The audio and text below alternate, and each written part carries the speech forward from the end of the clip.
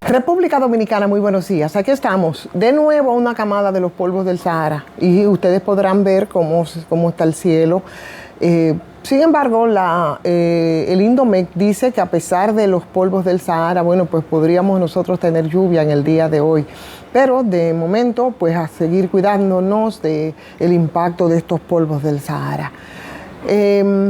Pasó y mantuvo en vilo a mucha gente lo que ocurrió durante la semana pasada a propósito de las lluvias, y fue cómo arrastró a las aguas a una pequeña que jugaba junto a otras niñas al lado de una cañada. Se llama Yuleisi Serrano y por supuesto simplemente fue el final de una vida que apenas comenzaba, esa vida con apenas 5 años, bueno, pues nos impactó y simplemente a 400 metros de su vivienda apareció el cadáver de la niña Yuleisi Serrano.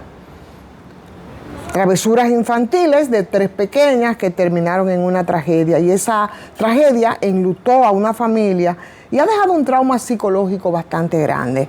Por supuesto que nos quedamos en todo esto, en lo que como ocurrió la tragedia, en el posible descuido de la madre, en que no se le estaba haciendo la supervisión requerida, en cómo explicarnos que ese tipo de cosas puedan ocurrir. Por supuesto, son peligros que están muy vinculados al tema de las limitaciones, al tema de la pobreza.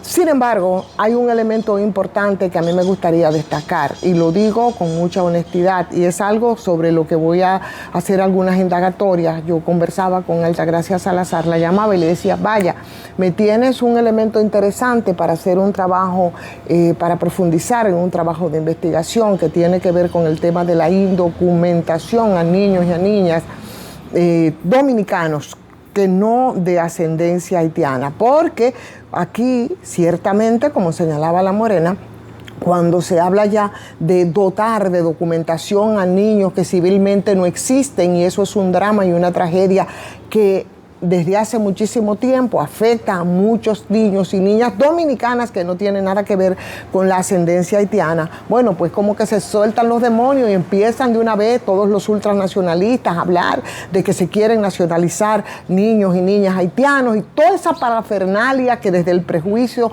se sueltan, ¿no? Y por supuesto todos los circuitos se activan respecto a esto. Y lo estoy diciendo a propósito de la niña Yuleisi, porque resulta que la madre de Yuleisi, que era menor de edad cuando la tuvo, no la había llevado a la escuela. Yuleisi todavía no había entrado a la escuela, no, y su padre ni siquiera había completado el proceso para inscribirla en el registro civil, porque resulta que el padre de Yuleisi también era menor. Entonces, por no tener acta de nacimiento, hoy día lunes, todavía el Instituto Nacional de Ciencias Forenses, el INACIF, no ha podido entregar el cadáver para fines de velatorio y sepultura. La Junta Central Electoral pues había prometido que este lunes le entregaría el acta de nacimiento a los padres de Yuleisi para que puedan retirar el cadáver, que ya es una tragedia de lo que ocurrió con esta niña, porque no tenía acta de nacimiento. Y eso es un drama y una desgracia que arrastran muchos dominicanos y dominicanas, que siempre ha sido así, y que eso está muy vinculado a las limitaciones, a la ignorancia, a veces a la indiferencia, por ignorancia también de muchísimos dominicanos, y que eso es algo que tiene que regularizarse. Pero eso es otra palabra que no se puede referir. Eso es algo que tiene que normalizarse. Todos los dominicanos necesitan ser dotados desde el momento que nacen del documento de acta de nacimiento, que esa no es una situación que solo afecta a los niños y niñas descendientes de haitianos, y que eso es algo sobre lo que hay que volver, y que nosotros nos gustaría muchísimo saber cuáles son las estadísticas que hasta este momento tenemos de de niños y de niñas que no son descendientes de haitianos y que, como ocurre y ha ocurrido durante muchísimo tiempo, bueno, pues no existen, como no existe la niña Yuleisi, ya no existe porque lamentablemente falleció en circunstancias muy dramáticas, pero tampoco existe ahora porque no se puede siquiera retirar el cadáver de la niña para darle la cristiana sepultura que habría que darle. Entonces es un drama de los indocumentados, con declaraciones tardías que también afecta a muchos dominicanos, como ha ocurrido hace muchísimo tiempo, que no tienen nada que ver con la situación de los haitianos. No tiene nada que ver. Es un tema, sin embargo, que aquí no se puede mencionar sin que medie el prejuicio de que se quiere documentar entonces a haitianos aquí en República Dominicana. Y yo me pregunto, ¿cuáles son las estadísticas que nosotros tenemos de cuántos dominicanos carecen de acta de nacimiento? Dominicanos, estoy diciendo, no dominicanos de ascendencia haitiana. ¿Qué dicen esas estadísticas? ¿Cuál ha sido el comportamiento de los últimos años? ¿Cómo afecta eso a los niños y a las niñas dominicanas? ¿Cuáles características tiene, por ejemplo, la población que está afectada? ¿Cómo podemos hacer las comparaciones con la realidad en este caso, sí, de niños que son de ascendencia haitiana? Yo creo que eso es algo que nosotros debemos saberlo y yo creo que eso es algo que podemos documentar y que podemos escudriñar para saber cuál es la situación y qué es lo que está pasando respecto a todo este problema. El presidente de la República, para hacerlo rápidamente decirle, bueno, pues también esta semana va a estar fuera del país y va a estar fuera del país por más o menos una semana. Y el presidente hará un gran recorrido, ¿no? Se fue, me parece que fue el sábado cuando salió el presidente de la República del país y no precisamente de fin de semana, porque eso es muy complicado cuando se trata de un estadista, de un presidente. Él despegó el sábado, ahí hará una gira diplomática, esto tomará como 8 días, estará en Europa, estará en América del Sur. Los esperan varios discursos, se reunirá con Macron, habrá algún reconocimiento por su política laboral, pero también habrán algunos intercambios y conversaciones respecto al tema del cambio climático, justicia social y, por supuesto, el tema de la crisis haitiana, que es un tema que afecta muy fuertemente a República Dominicana con el tema migratorio, pues también será tocado. No sabemos si el presidente se va a reunir o conocerá, como en su viaje que había hecho anteriormente, que fue el que más duró fuera del país después que es presidente, cuando conoció al Papa Francisco. No sabemos si en este viaje pues también se dará una vueltecita por el Vaticano el presidente Luis Abinader. Y lo digo porque sería bastante interesante. Interesante es porque el Papa León XIV de seguro le gustaría tener esa conversación con el presidente Luis Abinader después que un medio del Vaticano, el Vaticano News, el medio oficial en efecto del Vaticano, bueno, acaba de publicar un artículo donde le da bastante duro a la situación de la migración haitiana en República Dominicana. El texto, que se llama Haití y República Dominicana, dos infiernos para un mismo pueblo, hay mucha gente que ha salido fuertemente a criticar porque la autora, que es una periodista de nombre Greta Giglio, habla de las medidas migratorias que han resultado de más de 150,000 deportaciones solo en lo que va de año, en este primer semestre del 2025, y ahí habla de las redadas en los hospitales, de las mujeres dando a luz en sus casas para no ir a los hospitales. Eso es verdad. Eso lo vimos, ¿verdad? O no lo vimos. Vimos la mujer de 32 años que lamentablemente falleció porque decidió parir en su casa por el terror que implica ir a los hospitales por todo el tema de las deportaciones. Pero hablan también de niños que sacan de sus casas para montarlos en los camiones de migración.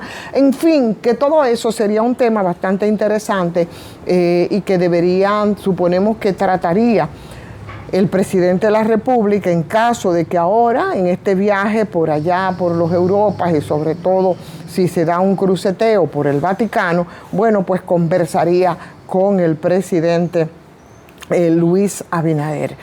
En la región, señores, también hubo otra información y otro acontecimiento que impactó muchísimo y tiene que ver con un país sudamericano, en este caso Colombia, con el atentado contra Miguel Uribe. Miguel Uribe es un senador que aspiraba a la presidencia, que pertenece al partido de Álvaro Uribe, ustedes recuerdan, es presidente de Colombia. Y la pregunta es respecto a todo esto, ¿qué se buscaría? ¿A quién le convendría enturbiar el escenario político colombiano con el atentado a Miguel Uribe? ¿Quién buscaría esas perturbaciones? Y a partir de ahí, con ese atentado que ha consternado, por supuesto, y que ha provocado la reacción de la mayoría de los países de la región, cuando en horas de la tarde un sicario abrió fuego contra Miguel Uribe Turbay, que recibió en el acto varios impactos de bala y que le desplomó de manera inconsciente, y que se ha vinculado entonces a un menor de 14 años como parte de las responsabilidades. El presidente Petro se pronunció al respecto, también lo hizo el secretario de Estado de Estados Unidos, pero lo interesante de todo esto es un poco analizar la situación y la circunstancia en el que se da este incidente en Colombia. O sea, ¿cuál es la situación que vive Colombia en estos momentos? ¿Cuál es el contexto, las reformas, la consulta popular que ha estado implementada por el presidente Petro en un escenario en el que este atentado podría ser mucho más agitado todavía? El gobierno progresista del pacto histórico, que fue el que llevó a Petro al poder, el primero de su tipo en casi 2 siglos de vida republicana, que promedia un periodo que es marcado por las tentativas de alcanzar la paz total con los últimos factores armados, por una evolución promisoria de los principales indicadores socioeconómicos y además por el impulso también a varias reformas estructurales significativas en Colombia, como el tema laboral, sanitario, tributario, agrario, judicial, ¿no? Que, bueno, pues tiene que movilizarse en ese país, y valiéndose de todo el control, institución parlamentaria, pues la mayoría de esas medidas fueron bloqueadas precisamente por las posiciones de los partidos políticos de oposición, entre los que cuenta también el partido del el senador Miguel Uribe. Ahí lo cierto es que en Colombia hay una cadena extensísima, una historia de violencia muy extensa, narrativas dominantes como de Dávila, como que adjudican al gobierno el inicio de la violencia de un país que sufre y lo arrastra de manera crónica, y para algunos desde el magnicidio, que muchos recordarán, del líder popular Jorge Eliezer Gaitán, que fue en 1948 y que se destacó y se conoció, ustedes recordarán, como el Bogotazo, desde la conspiración de en Santander, que intentó incluso el asesinato del gran libertador, del mismísimo Simón Bolívar, en 1828.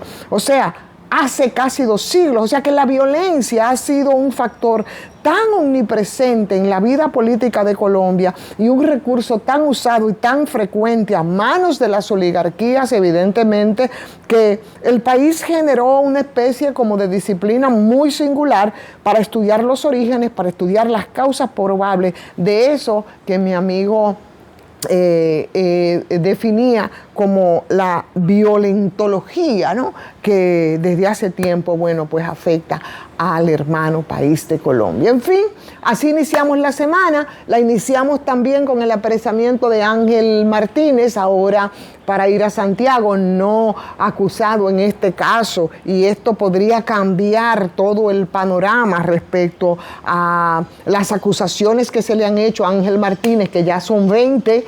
Parece que no contaba con las astucias de los que estaban esperando que llegara al país para incoar, ¿no?, este tipo de denuncias. Ahora las que se ha hecho en este momento y que tendría que ir a conocerse en Santiago, está vinculada al tema del lavado de activos, un tema que tiene que ver con cuentas a segundos o a terceros para desviar quizás atenciones, y en este caso se dice que es una persona que se querelló contra Ángel Martínez, a la que desde 2013 había contratado sus servicios para el detective que no es detective, según el FBI, y que se habían hecho 80 transferencias a nombre de su hijo. Y todo esto, bueno, pues podría muy fácilmente cambiar el escenario, según los juristas, respecto a la respuesta que tendrá que dar el detective, que no es detective y que parece que es lo único que tenemos claro respecto al señor Ángel Martínez. Denle like, compartan esta transmisión, y yo agradeciendo como siempre a Farmacia GBC,